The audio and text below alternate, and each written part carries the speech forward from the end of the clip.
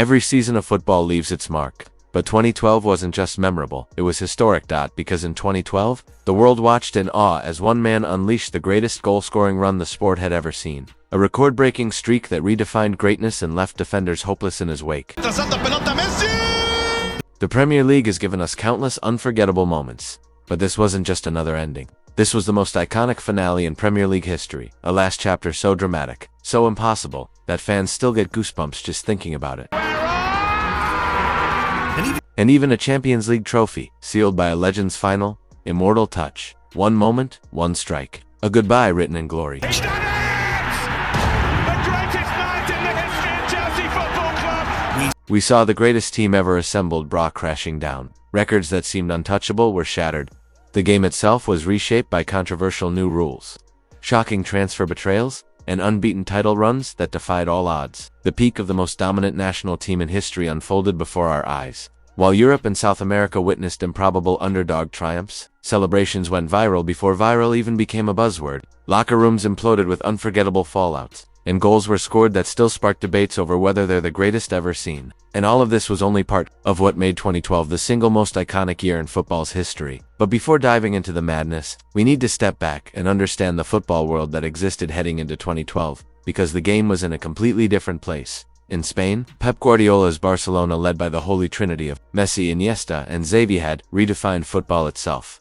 With their revolutionary tiki-taka style, they humiliated Manchester United in the 2009 and 2011 Champions League finals, dominating possession so completely that opponents were left chasing shadows. They had already swept the last 3 Ballon d'Ors and La Liga titles, with Messi orchestrating it all from a false 9 position, leading many to call them the greatest team of all time. Across the El Clasico divide, Real Madrid had invested astronomical sums in Cristiano Ronaldo, Kaká, and Karim Benzema to rebuild their Galacticos. Yet silverware had remained elusive in the shadow of Barca's golden era. In desperation, the club turned to the self-proclaimed special one, José Mourinho, for the 2011-12 season, hoping he could restore Madrid's place at the top. Meanwhile in England, Sir Alex Ferguson's Manchester United had claimed 4 of the previous 5 Premier League titles, but just 7 kilometers away, their so-called noisy neighbors were no longer a joke. Manchester City, newly fueled by Emirati billionaire ownership, had been transformed from relegation fodder into a juggernaut luring Carlos Tevez, Emmanuel Adebayor, Yaya Toure, and Robinho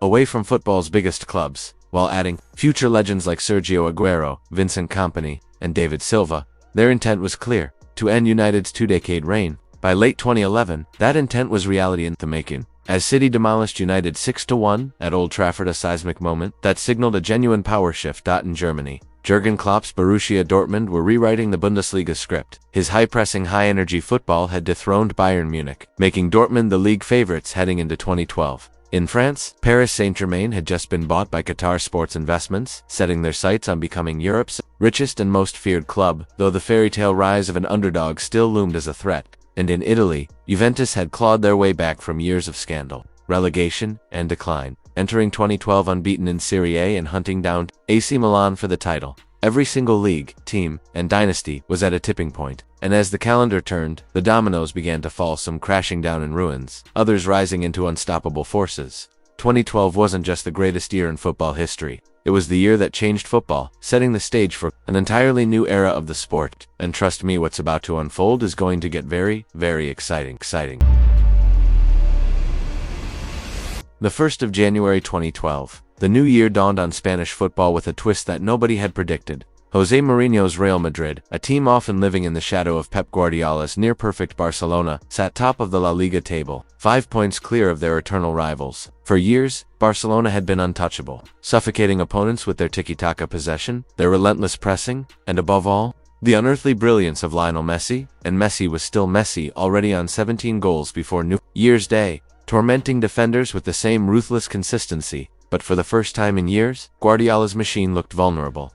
The international press began whispering. Was Barcelona's era of dominance finally cracking? Was Mourinho about to break the spell? The first true test of 2012 came immediately, a 2-legged Copa del Rey LCL Clásico in January. This wasn't just about silverware. This was a psychological war, a tactical chess match, and a personal duel between 2 of football's greatest minds. For Mourinho, it was another shot at dethroning his nemesis. For Guardiola, it was about protecting his empire. And hovering over it all was Messi versus Cristiano Ronaldo, the eternal gladiators of the game, each knowing that every goal, Every moment could shape the race for that year's Ballon d'Or. Across 2 fiery matches, Ronaldo looked unstoppable, scoring 3 times and proving that he could match Messi stride for stride. But even CR7's brilliance wasn't enough. Barcelona edged the tie 4-3 on aggregate, delivering yet another dagger to Madrid's cup dreams. At the time, no one knew these 2 titans would rule the sport for the next decade. The world was already looking for the next big thing, the player who might one day step into their shoes. Names like Romelu Lukaku, Stefan El Shaarawy, and Lucas Moura floated in conversations. But there was one prodigy who made the football world stop and watch: Neymar Jr.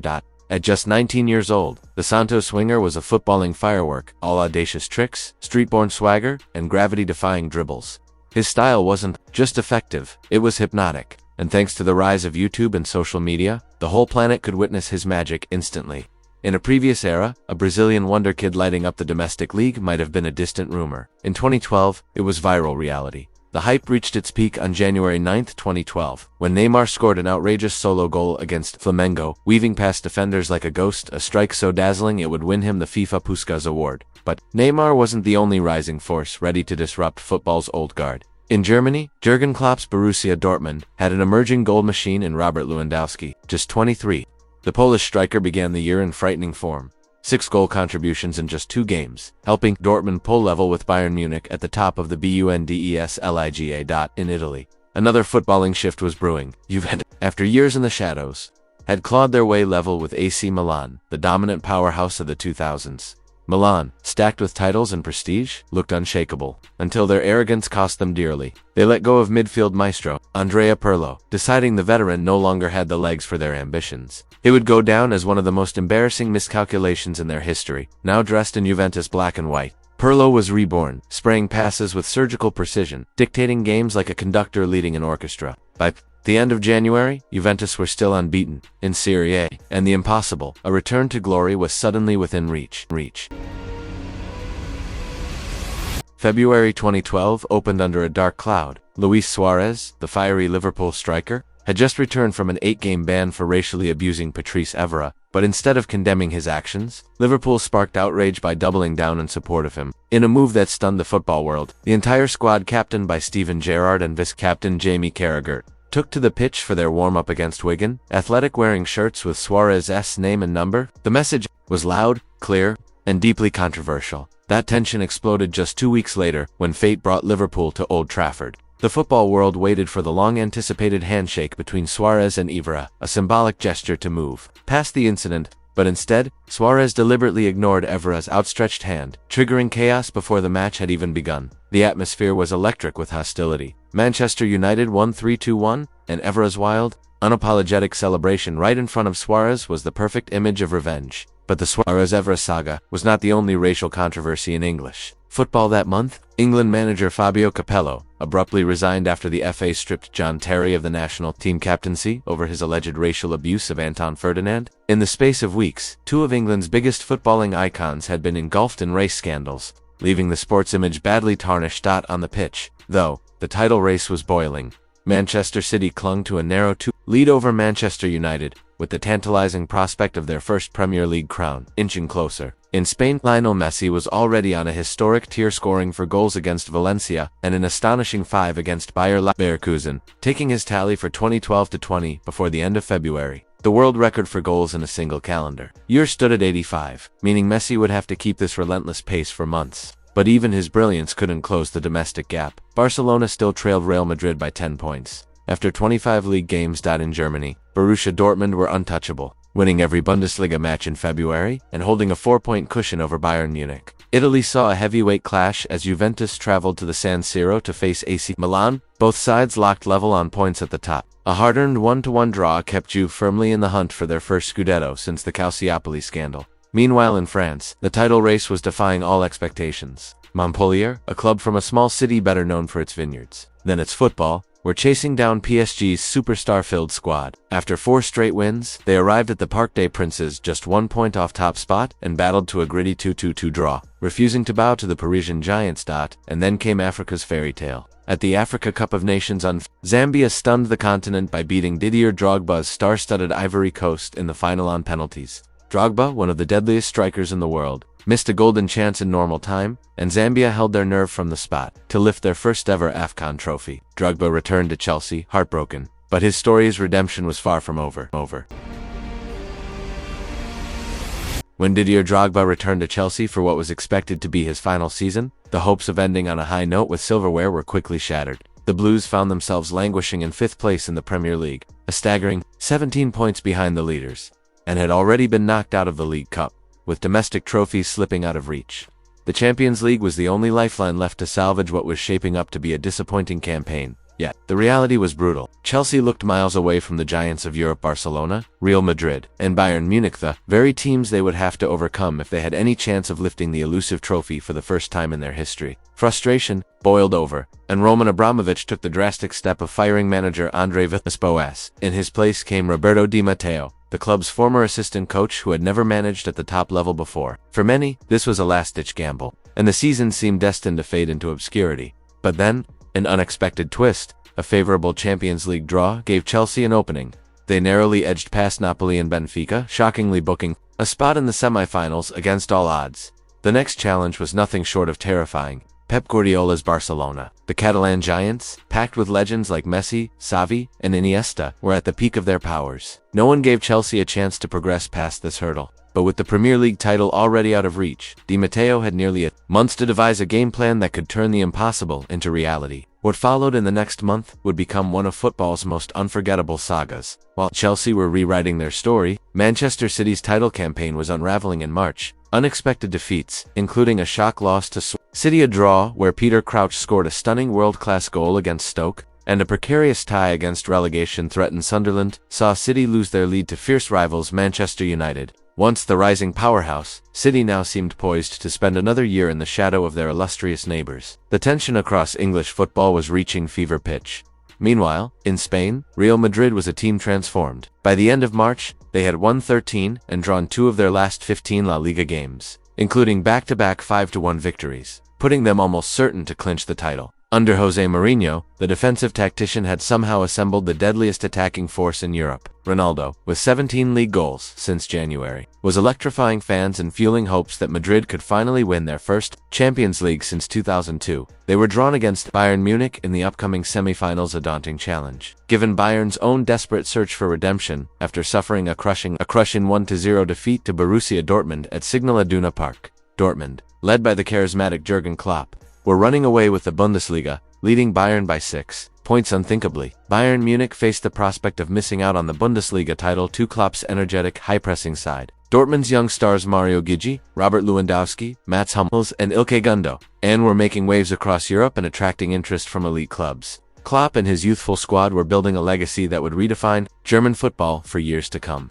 But more on that story later. In Italy, Juventus extended their unbeaten streak to 29 games, thrashing Fiorentina 5-0 away, and then defeating Inter Milan. Yet AC Milan remained formidable, having won 8 consecutive Serie A matches and clawing their way back to the top of the table. This was a title race destined to go down to the wire. France's Ligue 1 saw a thrilling battle as well. After 29 matches, Montpellier stood level on points with the cash-rich PSG. Few expected Montpellier club from a small city better known for its wine-then football to seriously challenge PSG's dominance. But after PSG's shock 2-1 loss to Nice on March 31st, Montpellier took advantage with a stunning 3-1 victory at Marseille to go 3 points clear at the summit. With only 8 games left, the underdogs were on the verge of claiming their first-ever top-flight title.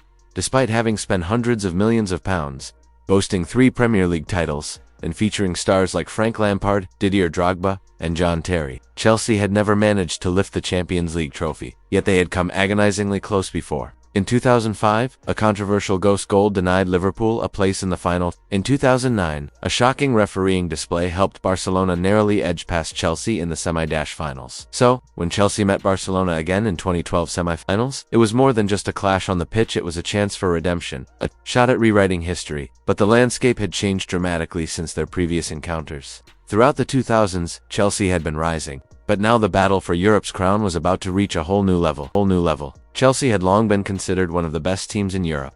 But when Guardiola's Barcelona, powered by the mesmerizing tiki-taka style and footballing geniuses like Messi, Iniesta, Xavi, and Busquets claimed Champions League titles, in 2009 and 2011, the London club seemed worlds away from that elite level. The Catalan juggernauts dominated Europe, and most expected them to steamroll over Chelsea when they arrived at Stamford Bridge. However, against all odds, the charged atmosphere of the London crowd inspired Chelsea to a gritty 1-0 victory in the first leg, courtesy of a clinical strike by Didier Drogba. The city buzzed with hope, but almost no one believed Chelsea could hold on to that slender advantage at the daunting Camp Nou. Things looked grim early on in the second leg, when Chelsea's captain John Terry was sent off, leaving the Blues with 10 men and trailing after Iniesta fired Barcelona ahead. Most expected Chelsea to crumble, but the resilient Ramirez shocked everyone by scoring just before halftime, leveling the match and putting Chelsea ahead on away goals, even down to 10 men. Chelsea refused to buckle under Barcelona's relentless second-half pressure. After 90 nerve-wracking minutes, Chelsea were on the verge of securing an improbable place in their first-ever Champions League final. As the clock ticked into the dying seconds, Guardiola threw everyone forward in a desperate attempt to snatch a late winner. It seemed inevitable that Barcelona's stars would rescue their team and send them through, but then, something extraordinary happened. Chelsea cleared the ball from a frantic attack, and it fell to Fernando Torres, who suddenly found himself with almost the entire Barcelona half ahead. What followed would become a defining moment etched into Champions League history. He skillfully rounded the goalkeeper and calmly slotted the ball into the empty net, securing Chelsea's place in the Champions League final and adding yet another blow to Barcelona's woes. Meanwhile, in Spain, Real Madrid were absolutely unstoppable. From January through the end of April, Los Blancos dropped points in only 4 league matches, steamrolling their way to the La Liga title for the first time during Guardiola's era, effectively ending the dominance that Barcelona had enjoyed under the Catalan mastermind. But the story wasn't over. Jose Mourinho's Real Madrid were also heavy favorites to lift the Champions League trophy. Their next challenge came in the semi-finals against Bayern Munich, a club with a proud European history, but one that wasn't the same powerhouse it once was. By the time the semi-final arrived, Bayern had already lost the Bundesliga crown to Borussia Dortmund, a team that many considered the rising force in German and European football. Most pundits and fans believed Bayern had little chance against Mourinho's star-studded Real Madrid. Yet in a stunning upset, Bayern frustrated Madrid's attacking power at the Allianz Arena, coming away with a shock 2-1 victory. Much like Chelsea in the other semi-final, few gave the Bundesliga runners much hope of advancing further. Back in Madrid for the return leg, Real Madrid wasted no time asserting their dominance. Cristiano Ronaldo scored 2 sensational goals within the first 14 minutes, turning the game on its head and reigniting hopes of progression. However, Bayern were resilient. Robert Lewandowski struck back at the 27-minute mark to level the tie, and despite Madrid's early surge, the match ultimately went to a tense penalty shootout. In dramatic fashion, Real Madrid's star players Ronaldo, Kaká, and Sergio Ramos missed their spot kicks, allowing Bayern to advance to an unlikely Champions League final against Chelsea. That final would come to define the season for both clubs, saving one, while shattering the dreams of the other. Elsewhere, the English Premier League title race was reaching boiling point. Manchester United had been in pole position to claim a record-breaking 19th top-flight title, but dropped points against Wigan, and Everton opened the door for their fierce rivals Manchester City. On April 30th, City capitalized, defeating United 1-0 to reclaim the top spot on goal difference heading into the season's final 2 games. Yet, they knew that any slip-up could cost them the title. Meanwhile, Juventus kept their remarkable unbeaten streak alive in Serie A, but still held only a slim 3-point lead over AC Milan as the season raced toward its climax. However, the footballing landscape was shifting beyond just the top leagues. In Scotland, Rangers had been the dominant force for years, claiming the previous 3 league titles and holding an 11-title lead over their rivals Celtic. But 2012 brought financial turmoil for the Glasgow club, causing them to lose their grip on the Scottish Premier League. Celtic seized the opportunity, winning the 2011 Wealth campaign and launching an era of unprecedented dominance, going on to win 13 of the next 14 league titles and reclaiming their status as Scotland's most successful club. Finally, in France, Montpellier suffered a damaging away loss to FC Lorient, threatening to derail their astonishing title challenge. Still, they managed to hold a narrow 3-point lead over the powerhouse Paris Saint-Germain as April closed. All these dramatic developments set the stage for May poised to become one of the most thrilling and memorable months in the history of football. Where do we even begin? Football history was unfolding dramatically across Europe, but let's start in Spain.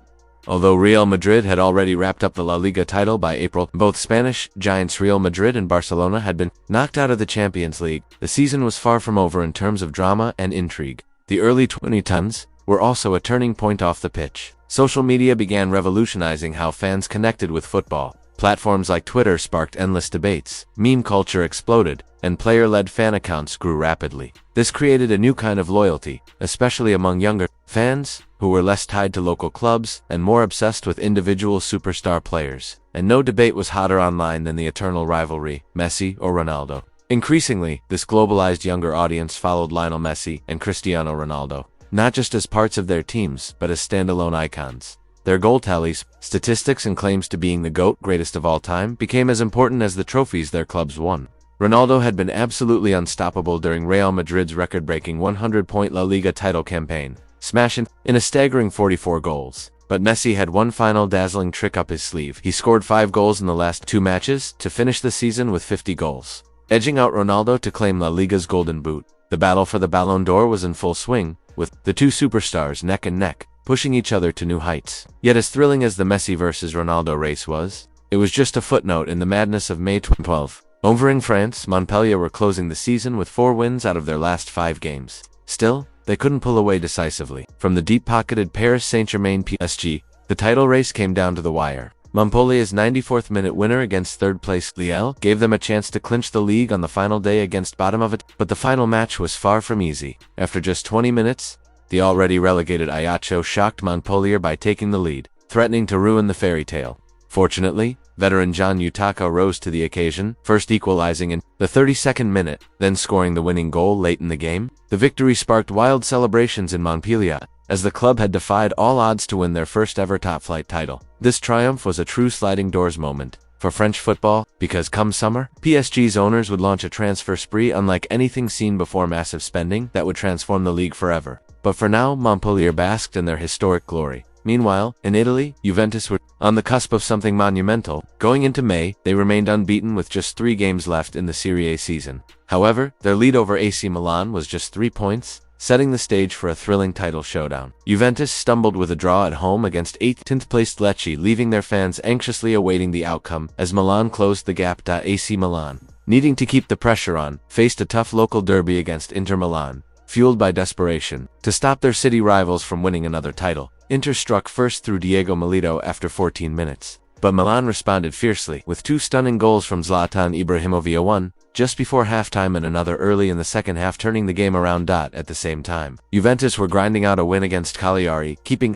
the title race on edge. Yet, Inter weren't finished. They added late goals from Milito and Palacio to make it 4-2-2, leaving the Milan derby packed with drama and tension. In the end, Juventus held firm, sealing a historic undefeated Fans flooded the pitch in joyous celebration, honoring stars like Andrea Pirlo, Giorgio Chiellini, Arturo Vidal, and Leonardo Bonucci. This wasn't just a title, it was the beginning of a new era in Italian football. Before the 2011-12 season, AC Milan and Inter Milan had dominated Serie A, winning 3 Champions League trophies and 7 league titles between them in the previous decade. But Juventus's unbeaten championship marked a seismic shift. Boosted by increased commercial revenue from their new stadium, Juventus would go on to dominate Italian football for years, winning 9 consecutive league titles. Andrea Pirlo was named Serie A Player of the Year in 2012, 2013, and 2014, making a C. Milan's decision to let him go on a free transfer, arguably one of the worst mistakes in their history. In Germany, Borussia Dortmund had already sealed the Bundesliga title back in April, sparking wild celebrations in front of their iconic yellow wall of passionate fans. But their mission wasn't over yet. They had another opportunity to assert their dominance and humiliate their arch-rivals Bayern Munich in the DFB Pokal final. Powered by a stunning hat-trick from Robert Lewandowski, Dortmund crushed Bayern 5-2, completing a memorable domestic double that not only brought immense joy to their supporters but also dealt a significant psychological blow to Bayern's weeks before Bayern's Champions League final showdown with Chelsea, though Dortmund's back-to-back Bundesliga triumphs didn't mark the beginning of a decade-long dynasty. This team laid the foundation for the careers of several players who would go on to define European football throughout the 2010s and beyond. Jurgen Klopp's innovative high-pressing style, first perfected at Dortmund, would later revolutionize the English Premier League after he took the reins at Liverpool, leading them to both Premier League and Champions League glory. Robert Lewandowski, after his prolific spell with Dortmund, made the controversial switch to Bayern Munich, where he amassed 8 Bundesliga titles and a Champions League trophy. Meanwhile, Ilkay Gundogan transferred to Manchester City, contributing to 5 Premier League titles and a Champions League win under Pep Guardiola's reign. Speaking of Manchester City, the catalyst for their Premier League dominance traces back to 2012, a season when the club had never before lifted the Premier League trophy, but with just 2 games remaining, they were closing in on a historic first. This season would deliver what is widely regarded as the most dramatic conclusion to a Premier League campaign in history after their iconic victory over Manchester United at the Etihad Stadium, an electrifying night where Roberto Mancini's star-studded squad showed their ambition. City knew that avoiding slip-ups in their final 2 matches would secure the league title. Their next test was a challenging away fixture against Newcastle United at St. James Park. It was here that the towering midfielder Yaya Toure etched his name into City folklore, scoring 2 decisive goals that propelled City to victory and maintained their position at the top of the table on goal difference. Just ahead of United. Going into the final day, City's fate was largely in their own hands. A win against 17th place Queen's Park Rangers QPR would clinch their first Premier League title regardless of United's result against Sunderland. However, what should have been a routine victory quickly spiraled into one of football's most unforgettable moments. Meanwhile, at the Stadium of Light, Wayne Rooney gave Manchester United an early advantage against Sunderland in the 20th minute, further intensifying the tension for City. Back in Manchester, Pablo Zabaleta's first half goal put City ahead at the break. With 45 minutes remaining, City clung precariously to top spot, their lead hanging by a thread on goal difference. But the drama had only just begun. Just 3 minutes into the second half, QPR's Gabriel Agbanlahor shocked the City faithful by equalizing, turning the stadium into a cauldron of tension. Adding to the turmoil, in the 66th minute, Jamie Mackie gave QPR a 2-1 lead, leaving a stunned City side needing not just 1 but 2 goals in the final quarter of the match to secure the title. As the clock ticked down, time seemed to be running out for Manchester City. By the 90th minute, they were still trailing, and chances were becoming increasingly scarce. To make matters worse, the news filtered through that Sunderland was still losing to United, a result that would hand the title to Manchester's red half. The stadium remained eerily quiet, no roar, no celebrations as the seconds slipped away. Then, in a moment that would be etched in football history forever, Edin Dzeko found the back of the net to equalize for City, reigniting hope and causing a surge of energy among the supporters. The citizens pushed forward desperately as injury time stretched on. And then, in the dying moments of the game, Sergio Aguero scored the iconic title-winning goal that sent the Etihad Stadium into a frenzy of jubilation and heartbreak for United fans. The roar echoed worldwide. Manchester City were champions of England for the first time ever. This breathtaking finale wasn't just a victory, it was a seismic turning point in English football, setting the stage for City's coming era of dominance. Manchester City had done it. After years of investment, hope, and heartbreak, they had finally clinched the Premier League title. That historic day marked a seismic shift in English football. City's victory was not just a trophy, when it was the dawn of a new era. Over the next decade, Manchester City would go on to dominate the league, shaping the Premier League's future like no other club had before. Meanwhile, their bitter rivals Manchester United managed to grab just 1 more title in 2013 before spiraling into a long period of decline, their dominance slipping away as the footballing landscape changed forever. The drama of that final day, full of tension and emotion, was the topic of conversation across the world for weeks. But soon, attention shifted to one of the most anticipated fixtures in club football, the Champions League final between Chelsea and Bayern Munich, set to take place in Bayern's own Allianz Arena. The stakes couldn't have been higher, and the atmosphere was electric. Chelsea, widely seen as the underdogs, faced an intimidating task against a Bayern side brimming with talent and home advantage. The match itself was far from a classic spectacle. Despite Chelsea's relative lack of quality on paper, they dug deep, resolutely defending and limiting Bayern's opportunities to half chances and near misses. Then, in the 83rd minute, Thomas Muller headed home for Bayern, sending the stadium into a frenzy as the German giants looked poised to claim their 5th Champions League trophy. It seemed as though Chelsea's dreams were about to be dashed. But just when all hope seemed lost, in the dying seconds of injury time, Didier Drogba produced a moment of pure magic. Rising above the chaos inside the box, Drogba met Juan Mata's perfectly delivered cross with a powerful header that bulleted into the back of the net, forcing the game into extra time and igniting the hopes of the Blues. Extra time passed without further goals, and the tension escalated to a nerve-wracking penalty shootout. Chelsea's Juan Mata stepped up first but missed his spot kick, giving Bayern an early advantage as Philipp Lahm converted for the Germans. However, Chelsea responded with determination, scoring their next 3 penalties as Bayern's Bastian Schweinsteiger and Ivica Olic faltered under the pressure. Then came the moment everyone had been waiting for. Didier Drogba, the man who had heartbreakingly missed a crucial penalty in the African Cup of Nations final earlier that year, was tasked with taking the final penalty kick, adding even more weight to the occasion. This would be Drogba's final touch in Chelsea blue, as he had already announced his departure at the end of the season. With the eyes of millions upon him, Drogba took a deep breath, started his run-up with a slight stutter, sent Bayern goalkeeper Manuel Neuer the wrong way, and calmly rolled the ball into the corner of the net. In that instant, everything changed. Chelsea were crowned European champions for the first time in their history. Drogba erupted in pure ecstasy, throwing his arms wide and sprinting toward the sea of jubilant Chelsea supporters. There was no rehearsed celebration, no choreographed moves, just a raw, unfiltered release of years of pain, sacrifice, and relentless determination, all undone in a single moment of glory. And now, the moment football fans around the world had been waiting for, the unstoppable force of Lionel Messi. Throughout the chaos, drama, and unforgettable moments of 2012, one thing remained crystal clear: Messi simply would not stop scoring. From the very first game of the 2012-13 season, he continued his breathtaking form, dazzling defenders and rewriting record books. By the end of the calendar year, Messi had shattered the long-standing record for most goals scored in a single year, netting an astonishing 91 goals across all competitions, an achievement that cemented his place as one of the greatest individual performers in football history. This monumental feat didn't just raise eyebrows, it rewrote what was thought possible in the sport. Not to be outdone, Cristiano Ronaldo also delivered an incredible year of his own, finishing with a remarkable 69 goals. The fierce rivalry between these two footballing titans was only just heating up, promising a decade of jaw-dropping battles for supremacy. But for the year 2012, it was Lionel Messi who claimed the ultimate prize, lifting the Ballon d'Or and closing out what many regard as the greatest year in the history of football, a year defined by brilliance, records, and unforgettable moments that will be talked about for generations to come.